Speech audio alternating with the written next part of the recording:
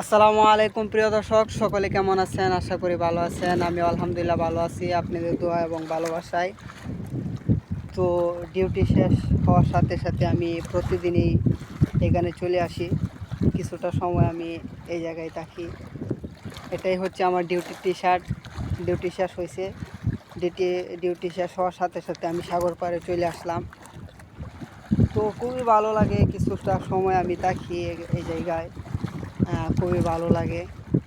আপনাদেরকে যদি একটু সাগরটা দেখাই।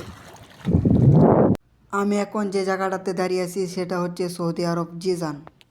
আর অপর প্রান্তে হচ্ছে আফ্রিকা, সুদান, মিশর, ইরিত্রিয়া এবং সাগরের দক্ষিণ দিকটা এসে মিলেছে ইয়েমেনি।